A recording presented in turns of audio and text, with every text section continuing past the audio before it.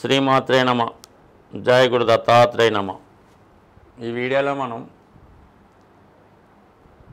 మిథున రాశి వారికి మే 15వ తారీఖు నుంచి మళ్ళీ చెప్తాలే. శ్రీమాత్రే నమ. జయ గురు దత్తాత్రేయ నమ. ఈ వీడియోలో మనం మిథున రాశి వారికి 2025వ సంవత్సరం మే నెల మాస ఫలితాలు తెలుసుకోవడం జరుగుతుంది. మరి ఒక విధంగా జాగ్రత్తగా ప్లాన్ చేసుకుంటే ఈ మిథున రాశి వారికి మే 15 వరకు లాభస్థానంలో రవి ఉంటాడు. అంటే రవి 11వ స్థానంలోకి వచ్చినప్పుడు ఇంచుమించుగా అన్ని గ్రహాలు కూడా మీకు సహకరించడం జరుగుతూ ఉంటుంది. అంటే జన్మజాతకంలో కూడా గురువు లగ్నంలో ఉన్న రవి 11లో ఉన్న లక్ష దోషాలు సాల్వ్ అవుతాయని చెప్తూ ఉంటారు.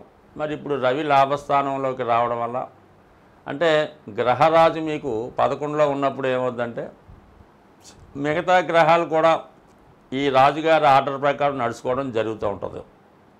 ఆ కారణం వల్ల మీకు అటు ప్రభుత్వ అధికారులు, రాజకీయ నాయకులు, తండ్రి గారు, తండ్రి సమానమైన వ్యక్తులు మీకు సహకరించడం జరుగుతుంది.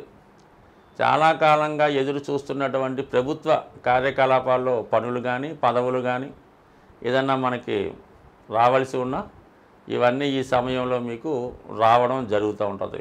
అలాగే ఒక విధంగా సొసైటీలో మీకు మంచి గుర్తింపు రావడం కూడా జరుగుతూ ఉంటుంది. అంటే ఎవరికి ఏ పని కావాల్సి వచ్చినా మిమ్మల్ని సంప్రదించడం జరుగుతూ ఉంటుంది. మీరు వాళ్ళ పనులు కూడా చేసి పెట్టడంలో చాలా వరకు సక్సెస్ అవ్వడం జరుగుతూ ఉంటుంది. అలాగే పిల్లల యొక్క అభివృద్ధి మీకు ఆనందాన్ని కలిగిస్తుంది. అలాగే మీకు ఏమైనా ప్రమోషన్ కానీ పదవిలో అభివృద్ధి కానీ రావాల్సి ఉంటే ఈ సమయంలో ఖచ్చితంగా వస్తుంది. దానికి మీ అధికారులు కూడా సహకరిస్తారు. మే 15 తర్వాత గురుగ్రహం రాశిలోకి ప్రవేశించడం జరుగుతుందన్నమాట. ఇది ఆటోమేటిక్గా జాతకుడి యొక్క మనోబలం పెరుగుతుంది, ఆత్మవిశ్వాసం పెరుగుతుంది, ఏ పనైనా సమర్థవంతంగా చేయగలము అన్నటువంటి ధైర్యం కలుగుతుందన్నమాట. అంటే మీరు చేసే ప్రయత్నాలకి భగవంతుడి యొక్క సహకారం లభిస్తుంది. అలాగే మీ యొక్క నడవడిక, యాటిట్యూడు, అలవాట్లో చక్కగా మార్పు వస్తుంది, దైవభక్తి పెరుగుతుంది, క్రమశిక్షణతో వ్యవహరిస్తారు, ధర్మాన్ని కాపాడుతూ ధర్మాన్ని రక్షించే ప్రయత్నం చేస్తారు. ఈ కారణంలో రాశిలో ఉన్నటువంటి గురువు అటు 5వ స్థానాన్ని వీక్షించడం వల్ల పూర్వపుణ్యం కలిసి వస్తుంది, పిల్లల అభివృద్ధి కలుగుతుంది, మనసులో ఉన్నటువంటి కోరిక నెరవేరుతుంది, మీలో ఉన్నటువంటి టాలెంట్కి తగిన గుర్తింపు వస్తుంది. సప్తమాన్ని వీక్షించడం వల్ల భార్యాభర్తల మధ్య అనురాగం పెరుగుతుంది, వివాహ సంబంధాల కొరకు ప్రయత్నం చేస్తున్న వారి యొక్క కోరిక నెరవేరుతుంది. అలాగే దూరమైనటువంటి భార్యాభర్తలు తిరిగి కలుసుకోవడం జరుగుతుంది. 9వ స్థానాన్ని వీక్షించడం వల్ల ధర్మంగా వ్యవహరిస్తారు. అలాగే తండ్రి గారు, గురువు గారు మీకు సహకరిస్తారు. వ్యక్తిగతంగా వారికి కూడా మంచి జరుగుతుంది. మొత్తం మీద మీకు గురువు అన్ని విధాలుగా అభివృద్ధికరంగా ఉండడం జరుగుతుంది. మే 15 తర్వాత ఇది నిజంగా మరి ధనుసు రాశి వారికి అంటే ఇది ఒక విధంగా మిథున రాశి వారికి ఒక టర్నింగ్ పాయింట్ లాంటిదని చెప్పచ్చు. సో 2 గ్రహాలు అటు రవి, గురువు మిమ్మల్ని నెలంతా కూడా చాలా హ్యాపీగా తీసుకెళ్లే ప్రయత్నం చేస్తారు. అయితే ఏంటంటే 15వ తారీఖు తర్వాత వ్యయంలోకి వస్తున్నటువంటి రవి కొంతవరకు కొంత ఇన్వెస్ట్మెంట్ చేయడం కానీ, ప్రభుత్వానికి చెల్లిన ట్యాక్స్లు వగైరా చెల్లించడం కానీ, సడన్గా ఏమైనా ప్రయాణాలు చేయవలసి రావడం జరుగుతుంది.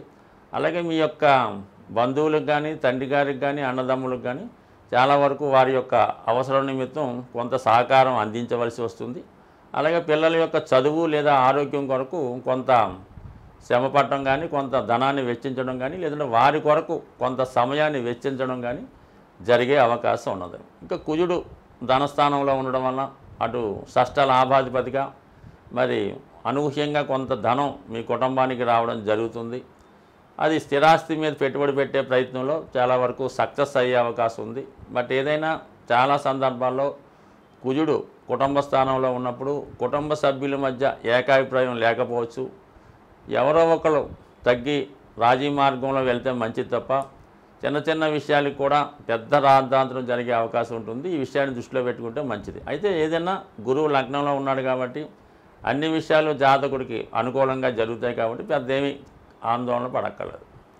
మరి ముఖ్యంగా ఈ 6 గ్రహాలతో ప్రారంభమైనటువంటి ఏప్రిల్ నెల ఇప్పుడు 4 గ్రహాలు రావడం జరిగింది. ఇక బుధుడు కూడా ఇంచుమించుగా మే 6వ తారీఖున 11వ స్థానంలోకి రావడంతో మరి ఎస్పెషల్లీ ఈ మిథున రాశి వారికి స్థిరాస్తుల మీద భూముల మీద లాభం కలుగుతుంది. తల్లిగారి ద్వారా కానీ తల్లి తరపు బంధువుల ద్వారా కానీ అలాగే మీకున్నటువంటి స్థిరాస్తులు సొంత గృహం వాటి మీద ఆదాయం పెరుగుతుంది. వాటిపైన ఉన్నటువంటి సమస్యలు ఏవైనా ఉంటే వాటికి కంప్లీట్గా పూర్తవుతాయి. ఏదైనా డాక్యుమెంట్స్ లాంటివి ఏమైనా మీకు రావాల్సి ఉంటే అవి మీరు స్వాధీనం చేసుకునే అవకాశం ఉన్నది. మొత్తం మీద స్థిరాస్తి విషయాలు చక్కబరుస్తాయి. కొత్త ఆస్తి కొనే ప్రయత్నాలు కూడా జరుగుతాయి.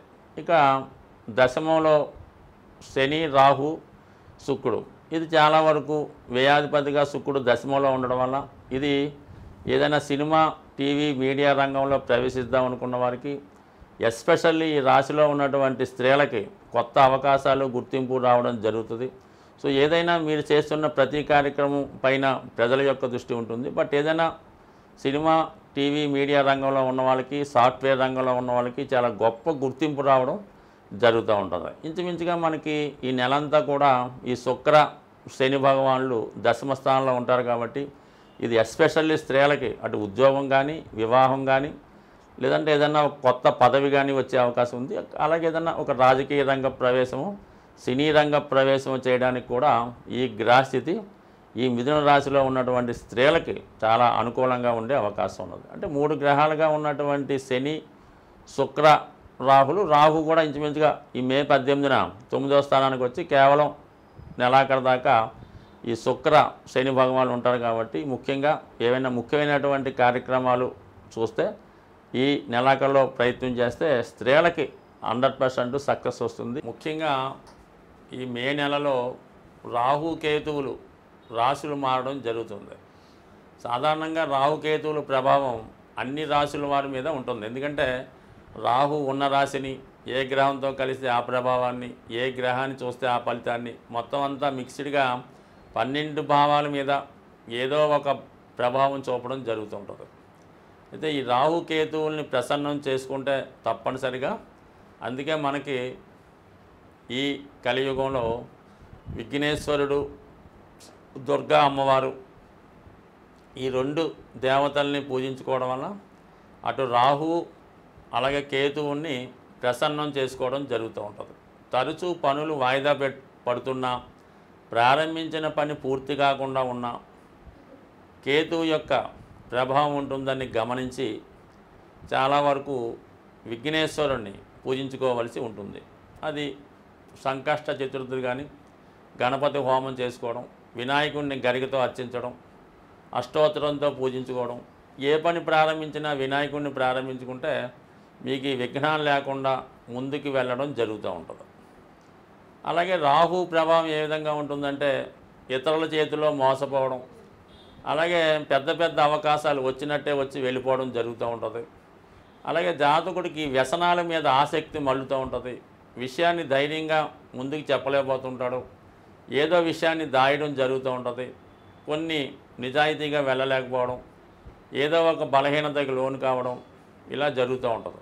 అంటే రాహు ప్రభావం ఏంటంటే చట్టానికి వ్యతిరేకంగా ఉంటుంది, మన సాంప్రదాయాలకి విరుద్ధంగా ఉండడం జరుగుతూ ఉంటుంది. ఈ లవ్ మ్యారేజ్లు, ఇంటర్ క్యాస్ట్ మ్యారేజ్లు, ఈ చిన్న పెద్ద లేకుండా తారతమ్యం లేకుండా వివాహాలు ఇవన్నీ కూడా రాహు ఏంటంటే పొల్యూట్ చేస్తుంటాడు, మన ధర్మాన్ని పాడు చేస్తుంటాడు, మన చట్టాన్ని నాశనం చేస్తుంటాడు, మన వ్యవస్థని పాడు చేస్తుంటాడు.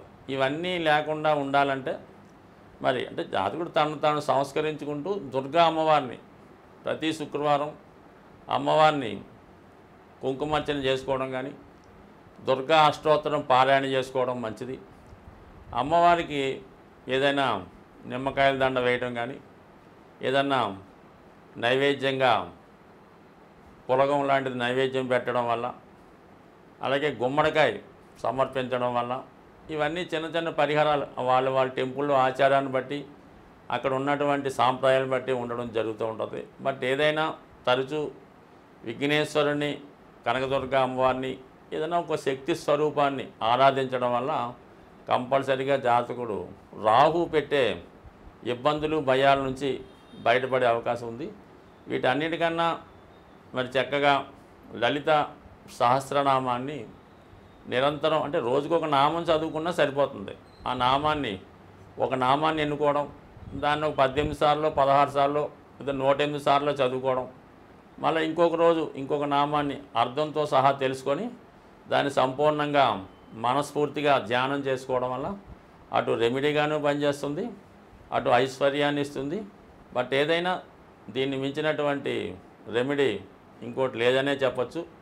ఏదన్నా ఇతరులు చేయడం కన్నా సొంతంగానే చేసుకోవడం మంచిది. అంటే మా అమ్మాయి ఇవన్నీ చదవదండి, మా అబ్బాయికి కుదరదండి, మేము చేయొచ్చా అండి అంటే మీరు చేయొచ్చు, కానీ ఎవరికి వాళ్ళు చేస్తేనే ఈ ఫలితం తొందరగా వచ్చే అవకాశం ఉంటుంది తప్ప మీతో ఇతరులు చేయడం వల్ల ఏంటంటే ఏదో కొంత ఫలితం వస్తుంది, కానీ ఏదో 10 సంవత్సరాలకో 20 సంవత్సరాలకో వస్తుంది. అదే మనం చేస్తే అది శీఘ్రంగానే రోజుల్లో వచ్చే అవకాశం ఉంటుంది. స్వస్తి.